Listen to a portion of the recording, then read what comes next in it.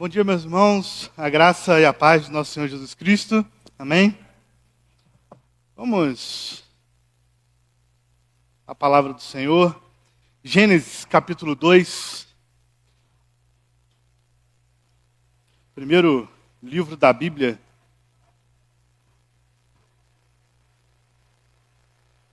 Gênesis, capítulo 2, versículos 2 e 3. Conforme vamos achando, vamos nos colocando de pé. Reverência à palavra do Senhor.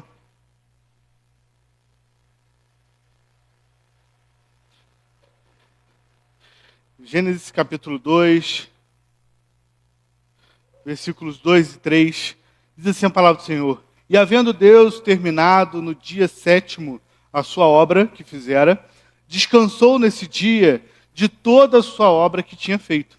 E abençoou Deus o dia 7º e o santificou, porque nele descansou de toda a obra que como Criador fizera. Curva sua cabeça. Deus, a tua palavra foi lida aqui nesse momento, tua palavra foi lida e nós queremos te pedir, Pai. Fala aos nossos corações. Ilumina, Pai, nossas mentes, nossos corações. Ensina-nos, Pai, o que o Senhor quer que nós aprendamos nessa manhã. Que o Senhor assim esteja nos abençoando e nos edificando. É o que nós pedimos em nome de Cristo Jesus. Amém. Podemos assentar, queridos.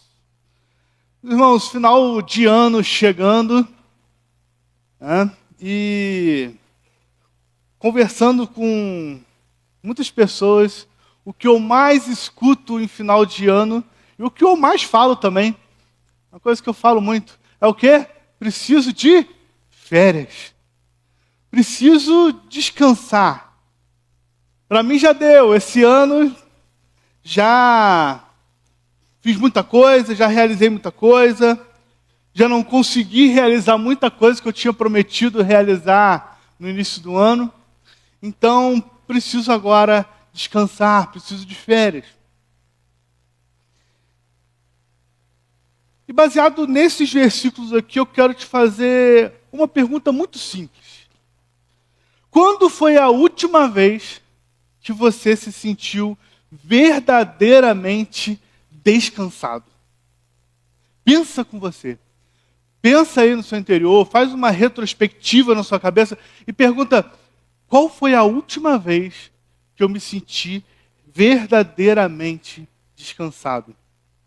Esse verdadeiramente descansado não é apenas fisicamente recuperado após uma noite de sono, ou com a alma em paz, com a mente quieta, né? Sem aquela lista de tarefas martelando dia após dia na sua cabeça, sem ansiedade sobre o que o amanhã trará.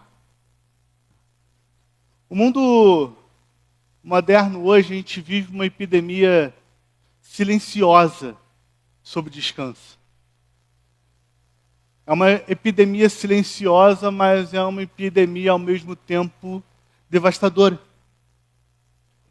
A psicologia vai dar um nome clínico para isso, né? Para essa ansiedade. É o famoso que a gente escuta burnout.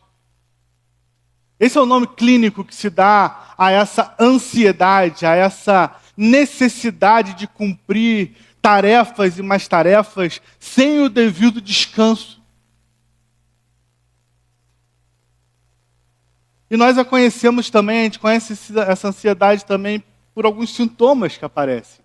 Por exemplo, o cansaço crônico, a ansiedade permanente, a ansiedade paralisante, uma sensação de que estamos sempre correndo, sempre devendo, sempre atrasados, não é assim que se sente? A gente está sempre devendo alguma coisa, a gente está sempre correndo atrás de alguma coisa, a gente está tendo sempre que cumprir alguma coisa. A nossa cultura, ela gira em torno de trabalhar 24 horas por dia, 7 dias por semana, e ela grita na nossa mente, fala: produza, faça mais, seja mais, conquiste mais. Não sei quem viu, eu estava rolando o meu feed de redes sociais essa semana, e tem um meme Eu acredito que aquilo não seja sério. Porque se aquele áudio for sério, o empregador que mandou aquele áudio, ele provavelmente vai tomar um processo gigantesco. Mas era um empregador falando com o seu empregado, né, com o seu colaborador, dizendo o seguinte: olha, você está de férias, mas a empresa não tira férias, não. Você tem que estar disposto, você tem que estar ali ativo 24 horas, você tem que estar receptivo.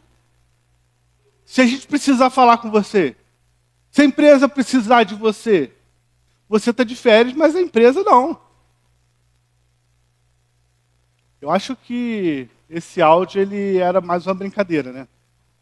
Mas isso revela muito da nossa modernidade hoje. Isso revela muito da nossa vida atual.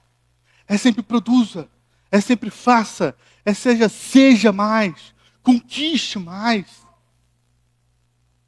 O valor de uma pessoa hoje, ela não é mais medida pela sua, ela é medida hoje pela sua capacidade de produção, não pelo que essa pessoa é. O valor dessa pessoa é medida pela sua agenda lotada, pelo seu sucesso visível. E o resultado de tudo isso é o que? Estamos exaustos. Porém, ainda tem mais alguma coisa. Quando finalmente a gente para e tenta descansar, seja no final de semana, seja num período de folga, seja num período de férias, a onda de culpa começa a invadir a nossa mente. E a gente começa a pensar, mas eu não deveria estar fazendo alguma coisa?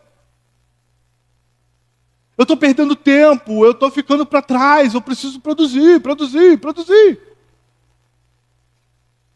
E de onde vem essa inquietação profunda?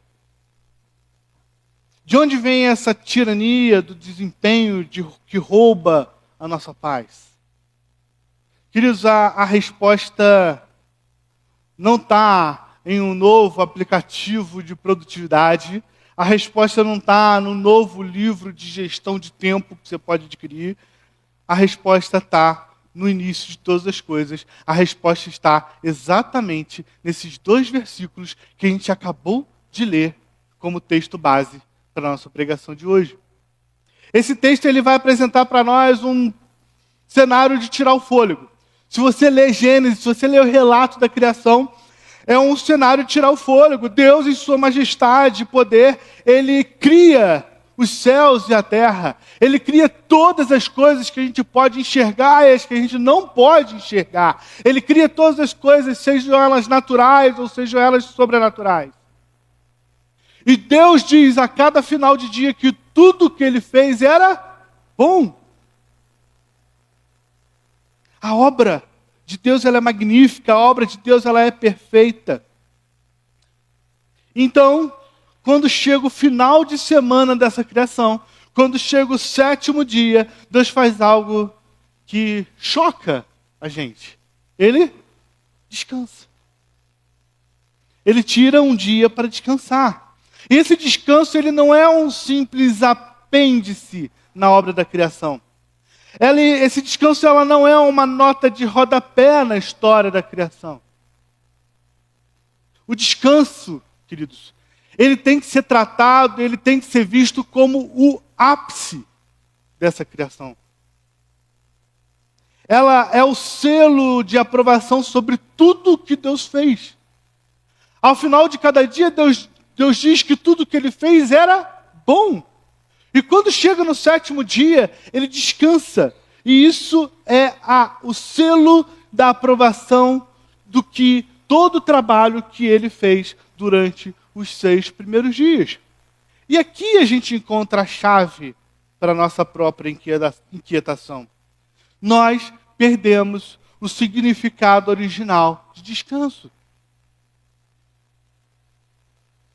E é por isso que hoje, juntos, à luz da palavra de Deus, a gente vai entender, ou voltar a entender, que o descanso que Deus nos oferece é muito mais do que uma pausa física. O descanso que Deus nos oferece é muito mais do que parar. O descanso que Deus nos ordena fazer é uma disciplina espiritual que nos santifica e aponta para a nossa verdadeira identidade em Cristo Jesus como filhos de Deus. Primeiro ponto que eu quero tratar nessa nossa pregação sobre o descanso que nos santifica. Esse é o tema da mensagem de hoje, o descanso que nos santifica. O primeiro ponto que a gente precisa entender, que a gente precisa tratar sobre isso, é que a natureza do descanso, ela é uma satisfação divina e não uma exaustão humana. Olha novamente o versículo 2 comigo. E havendo Deus terminado no dia 7º a sua obra que fizera, descansou nesse dia de toda a sua obra que tinha feito.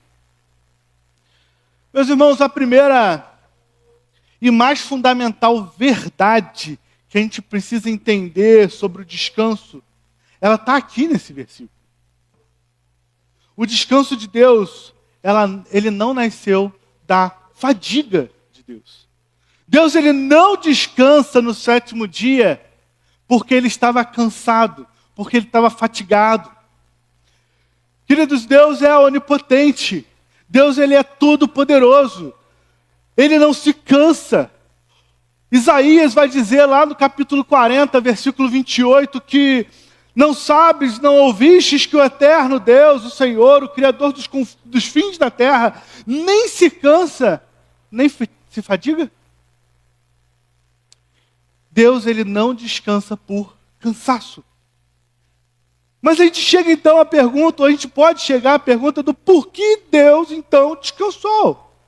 Se Deus não estava cansado, e a palavra descansar, né, é contrário a cansar, né, ou seja, é o ato de refazer, ou seja, eu deixo de estar cansado, então eu descanso. Se Deus não estava cansado, se Deus não se cansa, por que ele então descansou? Queridos, Deus descansou porque a sua obra estava completa. Deus descansou porque ele estava satisfeito. No final do 6º dia, Deus olha para tudo que havia feito e declara que era muito bom. O descanso de Deus era por conta de sua exaustão. O descanso de Deus não é por conta de sua exaustão. O descanso de Deus é uma celebração da obra perfeita que ele fez. A palavra hebraica para o 7º dia, para o sábado, que dá origem ao sábado, é o Shabá. Acredito que muitos aqui conheçam. Dessa palavra vem o termo sábado. E essa palavra significa primariamente cessar, parar. Deus então, ele cessa, ele para a sua obra criadora, mas ele não faz isso por falta de energia. Ele faz isso por um excesso de perfeição. Não havia nada mais que Deus precisava acrescentar à sua obra de criação. Afinal, tudo que ele tinha feito era bom. E se tudo que ele tinha feito era bom e muito bom, não tinha mais nada necessário a acrescentar na obra dele. E é por isso que ele cessa o seu trabalho. Não é assim? Até nas nossas vidas, no nosso trabalho, se não há nada mais que a gente precise fazer em relação ao nosso trabalho, se o nosso trabalho já está perfeito, se o nosso trabalho já está bom, muito bom, a gente faz o quê? Cessa. Acabou. Eu não preciso acrescentar mais nada. Afinal, se você acrescentar algo a uma coisa que já está muito bom, você pode estragar. Não é isso? Mas agora vamos contrastar isso com a nossa experiência. Nós, seres caídos, a gente caiu numa armadilha mortal de pensar que o descanso só é merecido após a nossa exaustão total. A gente cai na armadilha pecaminosa de achar que nós só podemos descansar após tudo ser feito de maneira perfeita. Ou pior ainda, a gente pode chegar à conclusão ou achar que o nosso descanso ele nunca é verdadeiramente merecido. Porque se eu sou pecador, eu não consigo cumprir as minhas obras, eu não consigo cumprir aquele meu trabalho, e por não cumprir esse trabalho, eu nunca vou poder descansar. Nosso trabalho nunca está completo ou perfeito. Sempre tem mais um e-mail que eu preciso responder. Sempre eu tenho mais uma tarefa para fazer. Sempre eu tenho mais uma meta que eu preciso alcançar. A gente vive sobre a tirania do incompleto e por isso o nosso descanso é ansioso, é culpado e é insuficiente. Queridos, pense no trágico contraste entre a vida antes e depois da queda. Pense em Adão no jardim. Adão, antes da queda, se você olhar em Gênesis 1 e 2, você vai ver que Adão ele não estava ocioso no Éden. Adão ele não ficava no Éden parado, pegando um sol, relaxando e só comendo das frutas que Deus havia plantado naquele jardim. Adão ele foi chamado para cultivar e guardar o jardim. Isso é um trabalho. Mas o trabalho de Adão não era como o nosso trabalho é hoje. O trabalho de Adão ele fluía a partir de um estado de comunhão e descanso com Deus. Lembra? Deus ia dia após dia, ao final da tarde, encontrar com Adão, andar com ele no jardim, conversar com ele. O trabalho de Adão, ele vivia num íntimo de comunhão e descanso com Deus. Mas então vem Gênesis 3, então vem a queda. E esse pecado ele entra no mundo e a maldição recai sobre esse trabalho. Nas consequências que Deus dá a Adão e Eva por conta da queda, Deus ele diz a Adão assim: com fadiga obterás dela o sustento durante o dia da sua vida. A terra produzirá também cardos e abrolhos, e no suor do seu rosto comerás o teu pão. Queridos, o pecado ele transforma o trabalho. O pecado ele transforma o trabalho de uma vocação celebrada em descanso para uma labuta exaustiva na tentativa desesperada de autojustificação. De provar o nosso valor, de arrancar o nosso sustento de uma terra que agora resiste a nós.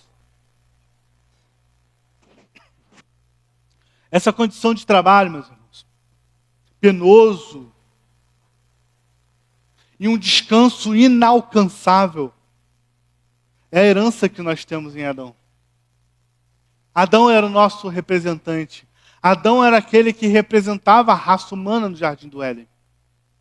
E por conta do seu pecado, a gente recebe uma herança pecaminosa de Adão, que é justamente essa condição de trabalho penoso e um descanso inalcançável. Mas, queridos, nós temos uma boa notícia. A Bíblia nos dá uma boa notícia. A Bíblia nos mostra que a glória de Deus, que a história não termina aí. Que glória a Deus por isso. Se o problema é que a nossa obra nunca está completa, a solução deve estar em alguém cuja a obra é perfeita e suficiente. E quem é o único na história que pôde olhar para a sua obra e ao final de sua obra declarar com a autoridade final: está consumado? Quem é o único que pôde dizer isso? Jesus Cristo. Aquele brado de Cristo na cruz, está consumado, não foi um suspiro de derrota, mas foi um grito de vitória. A obra da redenção ela estava completa. A dívida do pecado estava paga. Assim como o Pai descansou satisfeito com sua obra perfeita na criação, Deus agora nos convida a descansar pela fé na obra perfeita e consumada no Filho da redenção. É Cristo, queridos, quem restaura a verdadeira natureza do descanso, movendo a gente da exaustão do nosso esforço para a celebração da sua obra suficiente. Nele, em Cristo, e somente em Cristo, nós podemos parar de tentar justificar a nossa existência pelo nosso desempenho. Mas esse texto, ele ainda nos traz uma segunda verdade. Ele vai dizer que o propósito do descanso o propósito do descanso é a santificação. E não apenas recuperação do nosso cansaço. O texto ele vai além. Ele não diz apenas que Deus descansou nesse dia, mas também o que Deus fez com este dia. Olha o versículo 3, o início do versículo 3. Vai dizer assim: e abençoou Deus o dia sétimo e o santificou. Queridos, nós vimos a natureza do descanso no primeiro ponto. E aqui nesse ponto nós somos apresentados ao propósito do descanso. Para que o descanso serve? O descanso, queridos, não é apenas para a recuperação física, como se fôssemos meras baterias que precisam ser recarregadas. O propósito do descanso é a santificação. A palavra santo, kadosh, no hebraico, significa separar. É separar algo do uso comum e separar esse algo do uso comum para colocar esse algo no uso sagrado. É dedicar a Deus. Deus, ele pega o sétimo dia e declara: este dia é o meu dia.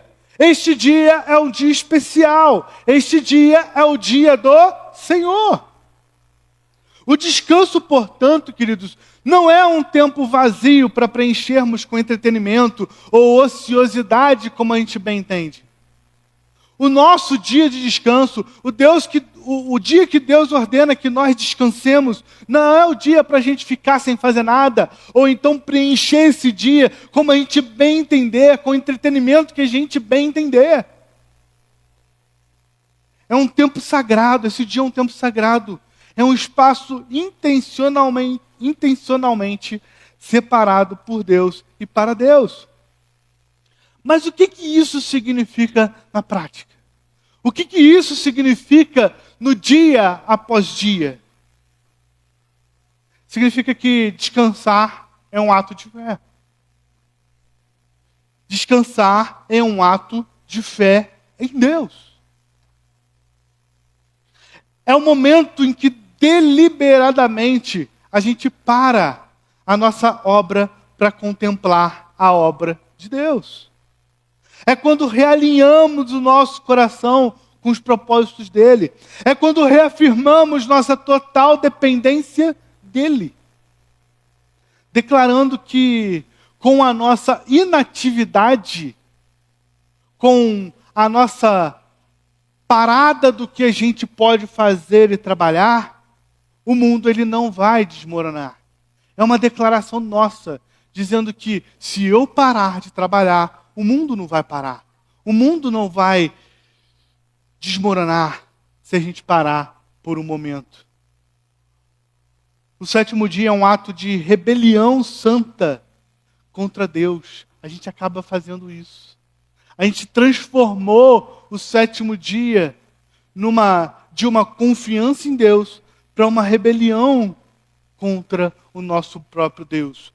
Mas o sétimo dia deveria ser uma rebelião contra o Deus, os deuses da produtividade. É um testemunho de que a nossa vida, a nossa família, o nosso sustento não estão nas nossas mãos, mas nas mãos do Deus soberano que sustenta todas as coisas pela palavra do seu poder. Olha comigo a instituição do sábado para o povo de Israel. Lembra? Quando o sábado, quando o Shabá foi instituído no povo de Israel, lá em Êxodo, capítulo 20. O mandamento ao povo de Deus, ele é claro. Deus diz, lembra-te do dia de sábado para o santificar. Deus, ele não diz para Israel, lembra-te do dia de sábado para descansar. Lembra-te do dia de sábado para parar. Lembra-te do dia de sábado para recuperar o seu fôlego. Deus diz, lembra-te do dia de sábado para o santificar. O mandamento, queridos, não era apenas não trabalhe ou descanse. Era lembre-se e separe este dia para mim, diz o Senhor. E por que fazer isso? Porque o texto que a gente acabou de ler diz que o próprio Deus, em 6 dias, fez os céus e a terra. E no 7º dia, ele descansou. Por isso, o Senhor abençoou o dia de sábado e o santificou. O sábado, queridos, era um memorial da criação. Era um lembrete semanal de que Deus é o soberano Criador. Em Deuteronômio, um pouco mais à frente, Moisés vai acrescentar ainda outra razão para santificar o dia de sábado. Ele diz, por que te lembrarás que foste servo na terra do Egito e que o Senhor teu Deus te tirou dali com mão poderosa, pelo que o Senhor teu Deus te ordenou que guardasses o dia de sábado. Assim, em Deuteronômio, com Moisés, o sábado ele se torna também um memorial da redenção do povo de Deus que tinha saído do Egito. Era um dia para reorientar também a identidade do povo. O sábado também passou um dia para reorientar a identidade, para o povo lembrar de quem ele era. O povo tinha sofrido anos e anos no Egito como escravos, mas Deus o tira. E Deus manda aquele povo santificar o dia de sábado para que eles pudessem lembrar. E de igual maneira, nós hoje, nós somos retirados do domínio do pecado, do domínio do Egito do pecado em nossas vidas. Assim como o povo de Israel foi retirado do Egito, nós somos retirados do domínio do pecado. E Deus dá então o 7º dia para nós e diz, descanse, santifique, para que você possa lembrar da redenção que eu te dei lá na cruz de Cristo. Agora, o povo de Deus era um povo livre, definidos pela graça redentora dele. E os sábados os santificava, os separava, lembrando-os de quem eles eram e de quem pertenciam. Mas como eu acabei de dizer, queridos, o sábado era apenas uma sombra. Nós temos a verdadeira realidade. Nós temos o memorial de uma redenção infinitamente maior do que aquela do Egito. Uma redenção que nos liberta de uma escravidão infinitamente mais terrível, como disse, a escravidão do pecado. O autor de Hebreus vai dizer de forma inequívoca, nessa vontade é que temos sido santificados uma vez por todas mediante a oferta do corpo de Jesus Cristo.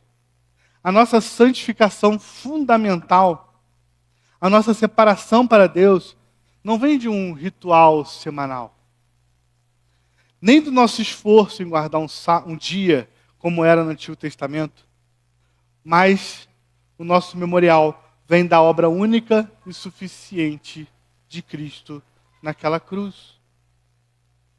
Portanto, queridos, o descanso que verdadeiramente nos santifica hoje não é primariamente um dia, mas uma pessoa. O nosso dia foi transformado em uma pessoa. Nosso dia foi transformado em Cristo. Descansar em Cristo, queridos, é o ato que nos separa para Deus, nos declarando justos e nos libertando da necessidade de nos santificarmos por nossas próprias obras. Quando a gente confia em Cristo, quando a gente confia em Deus, quando a gente descansa em Jesus Cristo, somos então santificados. Somos então separados do mundo e consagrados para Deus para sempre. E o terceiro e último ponto é que a prática do descanso não é a recompensa pelo trabalho, mas pela graça. Então, até aqui a gente pode ver que a natureza do descanso é a satisfação e não a exaustão. A gente também viu que o propósito do descanso é a santificação e não apenas uma recuperação. Mas agora então, como a gente pode viver essas verdades que a gente viu até aqui? Qual é a prática desse descanso? Como que eu pratico esse descanso que vem de Deus? E aqui a gente chega a uma das distinções mais belas e libertadoras do Evangelho. A lógica do mundo, queridos, é a lógica da lei. A lógica do mundo é a lógica da lei de Moisés, que diz: trabalhe tudo, faça por merecer, e então se sobrar algum tempo, se precisar de alguma energia, você pode descansar. Isso é se você conseguir descansar. Mas, queridos, a lei diz: trabalhe 6 dias e no final descansa. O descanso era a recompensa pelo trabalho. Mas, queridos, eu tenho falado isso, o Evangelho, ele subverte todos os nossos pensamentos. O Evangelho, ele é subversivo. Ele pega uma ordem e desfaz aquela ordem, ou inverte aquela ordem. O Evangelho, ele dá uma guinada de 180 graus nos nossos pensamentos. A graça, ela vai invertir completamente essa lógica do trabalho primeiro e descanso depois. A graça, ela vai dizer: comece pelo descanso e a partir desse descanso, então, trabalhe. Isso muda tudo. Pensa nisso, porque nós, cristãos, nos reunimos no domingo e não no primeiro dia da semana e não mais no sábado, no último dia da semana. A gente começou a nos reunir no domingo justamente porque no primeiro dia da semana é o dia em que Jesus Cristo ressuscita dentre os mortos. Jesus, ele completa a obra da nova criação. Então nós começamos a nossa semana não mais trabalhando para alcançar a vitória, mas a gente começa a nossa semana celebrando a vitória que já foi conquistada lá na cruz por Cristo. Nós começamos a nossa semana celebrando a obra completa de Cristo e é a partir desse descanso na sua graça que nós então vamos para o nosso trabalho na segunda-feira. Nós não trabalhamos mais para obter a aceitação de Deus. Nós trabalhamos a partir da aceitação que já temos gratuitamente em Cristo. Pensa comigo na parábola dos trabalhadores da vinha, lá em Mateus 20. Essa é uma ilustração perfeita do que eu estou falando. Um homem, ele vai contratar trabalhadores em diferentes horas do dia, lembra disso? No início do dia, o homem vai e contrata alguns trabalhadores para ajudar na ceifa da sua plantação.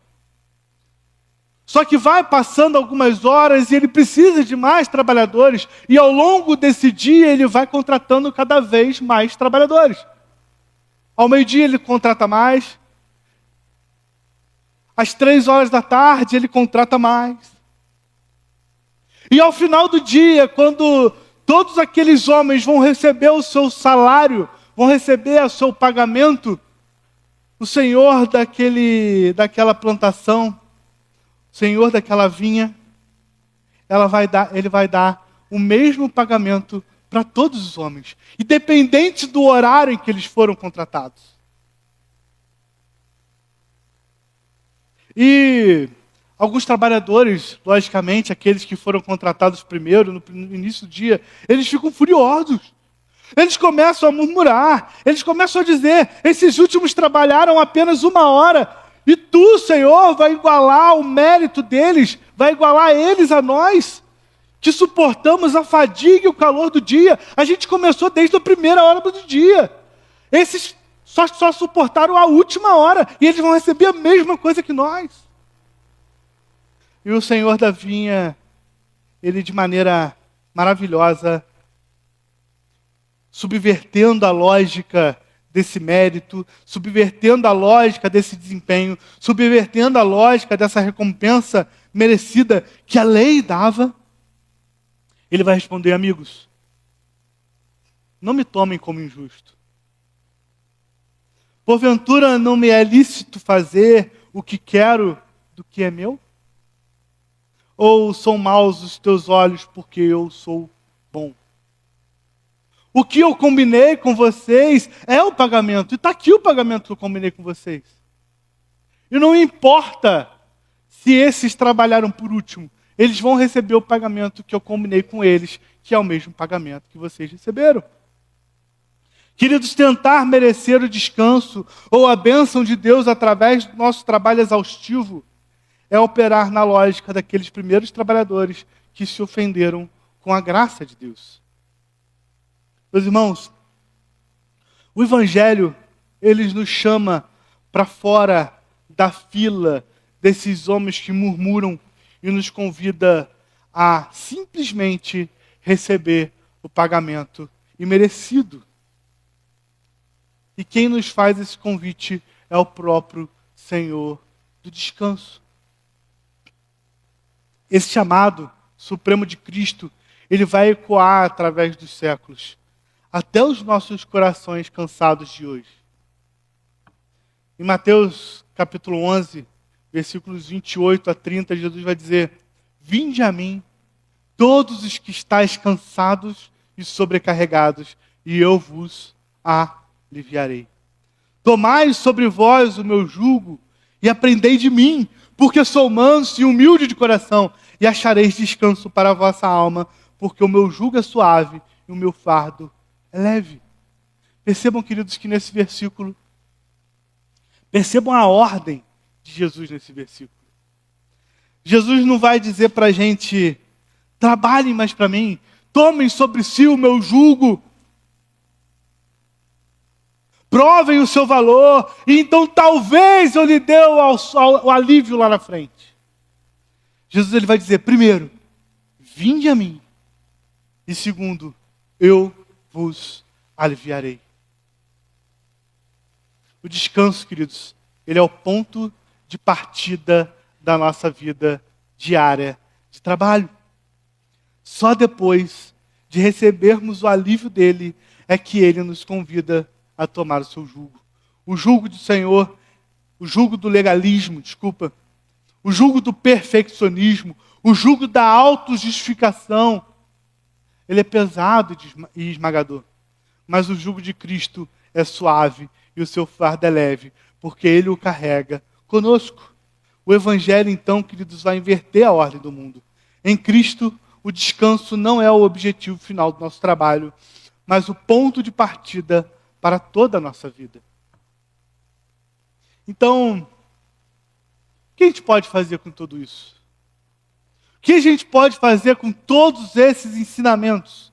Como saímos daqui hoje e vivemos essa verdade transformadora? A gente viu que o verdadeiro descanso é o dom da criação baseado na satisfação de Deus. Não apenas o nos recuperar fisicamente. E o mais importante, a gente viu também que esse descanso é praticado a partir da graça que precede o trabalho, e não como uma recompensa pelos nossos próprios méritos. Querido, pensar nisso, entender isso, muda tudo. Isso deve transformar a maneira como encaramos a nossa segunda-feira. Isso tem que transformar a maneira como a gente encara o nosso trabalho, como a gente encara a nossa família, como a gente encara a nossa vida. O chamado de Deus para nós hoje é um chamado à ação. É um chamado para vivermos a ação do descanso. A primeira coisa que a gente precisa fazer é nós precisamos nos arrepender da nossa autossuficiência. A gente acredita ser autossuficiente. Esse é uma reverberação do primeiro pecado lá no Jardim do Éden. Eu não quero que Deus me diga o que fazer. Eu sei. Eu quero escolher o que eu quero fazer da minha vida. Não é esse o primeiro pecado? Eu sei o que eu quero. Não. Se você comer desse fruto, você não vai morrer. Você simplesmente vai ser como Deus. A gente precisa se arrepender da nossa autossuficiência. A gente precisa confessar em Deus as áreas onde a gente tem tentado ser o nosso próprio Salvador. Onde você tem trabalhado até exaustão para provar o seu valor a si mesmo, para provar o seu valor aos outros, ou provar o seu valor a Deus. Pense nisso. Onde você tem feito isso? Quais são as áreas da sua vida que você tem trabalhado até exaustão? Onde você tem carregado o fardo de manter o seu mundo girando? Queridos, a gente precisa pedir perdão a Deus por confiar mais na força do nosso braço do que na suficiência da graça do Senhor. Segundo, a gente precisa abraçar o ritmo da graça. A gente precisa ser intencional.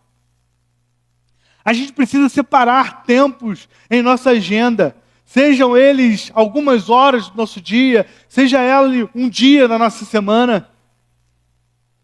E a gente precisa separar esses dias não para não fazer nada, não para ficar ocioso, não para ficar sentados no sofá assistindo televisão, que eu chamo de programas imbecilizantes, né? Isso é uma forma de descansar nossa mente, né? Mas a gente tem que entender que o descanso não é assim. Não é ficar sentado na frente da televisão, assistindo televisão. Não é ficar olhando para o nada, sem fazer nada. A gente precisa ativamente descansar em Cristo. O que significa isso? Significa encher esse tempo que nós separamos com oração, encher esse tempo que nós separamos com a leitura da palavra de Deus, encher esse tempo que nós separamos com a comunhão com os nossos irmãos, encher esse tempo que nós separamos com o serviço alegre na casa de Deus. Isso é parar de produzir para que possamos receber. Isso é aquietar as vozes do mundo para que possamos ouvir a voz do Pai dizendo: você é o meu filho amado, em você eu tenho prazer. Terceiro, trabalhe a partir do seu descanso. Queridos, que a sua semana ela comece no domingo, que ela comece aqui, na casa de Deus, celebrando a ressurreição do nosso Senhor. E na segunda-feira, que você possa ir para o seu trabalho não como um escravo tentando ganhar a sua liberdade, mas como um filho livre que trabalha por amor e gratidão a Deus. Comece o seu dia e sua semana lembrando-se de quem você é em Cristo. Você é amado, você é aceito, você é perdoado, você é justo. Deixe que essas verdades imutáveis impulsionem o seu coração com liberdade e alegria, e não com o peso da ansiedade e do desempenho. Queridos, o verdadeiro descanso que santifica, o descanso que a nossa alma anseia, não será encontrado em uma praia paradisíaca que a gente possa ir, por mais que isso seja maravilhoso. O nosso verdadeiro descanso se santifica não vai ser encontrado numa cama confortável, não vai ser encontrado em férias prolongadas, mesmo que tudo isso seja muito bom. O nosso verdadeiro descanso que santifica, ele vai ser encontrado em Jesus Cristo. O verdadeiro ato de descansar não é cair exausto do nosso trabalho, mas sim cair exausto da nossa luta aos pés da cruz e ouvir o Senhor dizer: está consumado. fique tranquilo, eu fiz tudo. Fique tranquilo, eu cumpri a obra que era para você cumprir. Fique tranquilo, eu cumpri o trabalho que era sua obrigação fazer. Agora, apenas descanse em mim. Que a gente possa encontrar, queridos, nessa semana e por toda a nossa vida, o nosso verdadeiro descanso no Senhor. Vamos orar? Curva sua cabeça. Coloque diante de Deus tudo aquilo que você tem feito você se cansar. Coloque isso diante do Senhor. Deus, nós queremos te pedir, Pai. Primeiramente, nós queremos te agradecer, Pai. Te agradecer por esse dia, te agradecer porque o Senhor é um Deus que, apesar de nós, Pai, o Senhor fala conosco. O Senhor dirige as nossas vidas. O Senhor provê para nossas vidas, Pai. E nós queremos te pedir, Pai, que essa palavra esteja fazendo morada em nossos corações. Que essa palavra esteja realmente tocando, iluminando, transformando nossos corações, Senhor. Pai, nós somos pecadores. Pai, nós cometemos nossos erros. Pai, nós queremos ser como um Deus em nossas vidas. Nós queremos ter todo o controle sobre nossas vidas. E essa é a lógica que o pecado traz para nossas vidas. O pecado traz a lógica que nós precisamos trabalhar, e então, se sobrar algum tempo, descansar. Mas, Senhor, nós queremos encontrar o descanso que está em Ti, Deus. Nós queremos encontrar o descanso que está em Cristo Jesus naquela cruz. Obrigado, Pai, por ter enviado Teu Filho para morrer em nosso lugar. Obrigado, Pai, por ter escolhido a nós, Pai, meros pecadores, para sermos filhos Teus, Pai. Que o Senhor ilumine nossas mentes, que o Senhor transforme o nosso coração, Pai. Para que nós entendamos que o verdadeiro descanso que santifica as nossas vidas, não é a lógica do trabalhar para depois descansar, mas sim a lógica do descansar. Descansar na Tua graça, descansar na Tua presença, descansar na Tua igreja, para então podermos guerrear, Pai, lá fora, durante a semana de nossas vidas, durante o nosso trabalho. É o que nós pedimos, em nome de Cristo Jesus. Amém e amém.